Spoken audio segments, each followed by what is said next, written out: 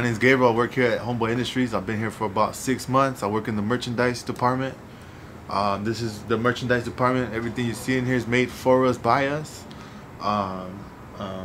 We got hats, shirts, DVDs, a little bit of everything. Hello, my name is Alicia Cadena.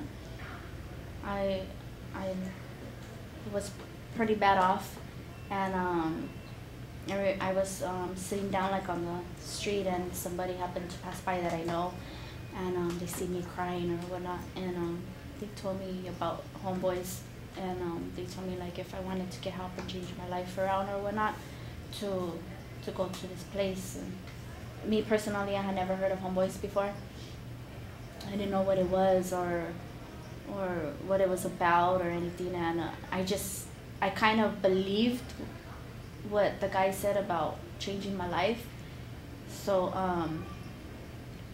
he gave me a card, and I hugged that card for like about 2 weeks. About 42% of our funding usually comes from foundations.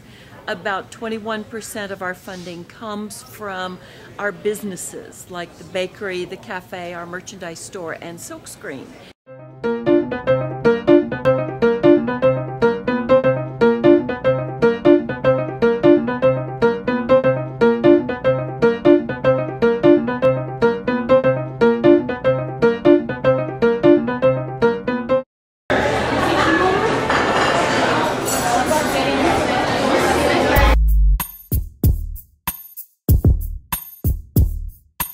A growing amount from corporations. You can see up over our door that there are big checks from presentation checks, I should say, from a number of companies and other sources.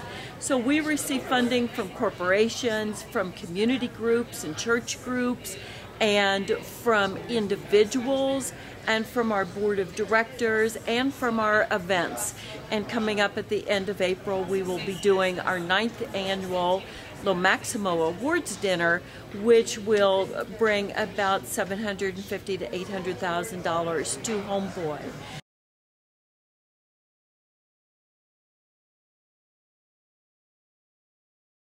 As for myself, I came here to Homeboy Industries. I've known Father Greg since I was 12 years old. I'm 27 now.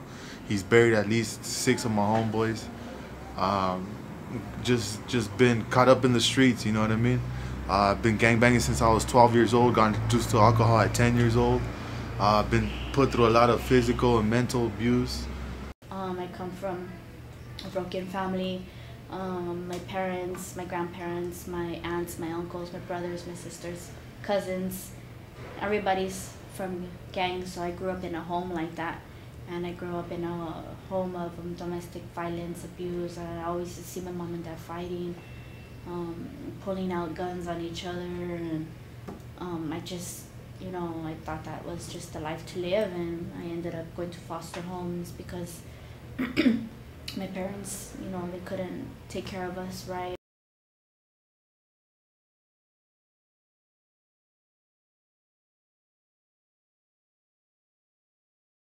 Getting in trouble when I was 12 years old, in and out of juvenile hall. I knew about the organization, but I never really went or nothing till I got out of prison. Till I was like about 24 years old. I went to go get treatment for my tattoos. I decided to come to Homeboy Industries because I got caught up in the lifestyle, you know what I mean? I was too busy being out on the streets, kicking it with my homeboys, instead of taking care of business and taking care of my job and taking care of my family, you know?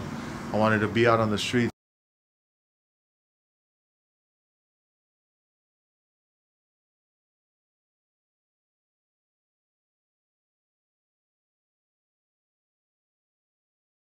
I got myself together, and where I'm at now is that I got all my kids back through this program for attending parenting and substance abuse classes. I'm really glad that I came here, and I'm working on, it's a working process of, you know, changing one's life when all they know is one way, and it's so much easier to do bad and so hard to do good. So I'm like on a walking ladder right now, working my way up. It's hard because I have to deal with a lot of stuff inside, but I know here with the people that I surround myself with, and with all the classes that I'm taking and everything, I just see such a brighter side, you know. Everybody is here to help each other, to motivate one another, and this place has just been a blessing. And before I would always sit there and say I regret this and I regret that, and why this and why that, but now, right now, at this point of time in my life, I don't regret nothing. And I'm glad I went through what I went through, because if I didn't, I wouldn't be the person that I am now. I'm a very, I see life in a different way, and all of the struggles and everything that I went through was all for a reason, and it's got me to where I am now. So that's me. With your housing, they'll try to get you into an apartment or some kind of homeless shelter. We also offer free tattoo removal, and that's open to everybody. You don't have to be a gang member here to be here. A lot of people got that mixed up. You know, our main focus is gang rehabilitation, intervention, and prevention, but we're here to help everybody and anybody that wants a positive change for themselves.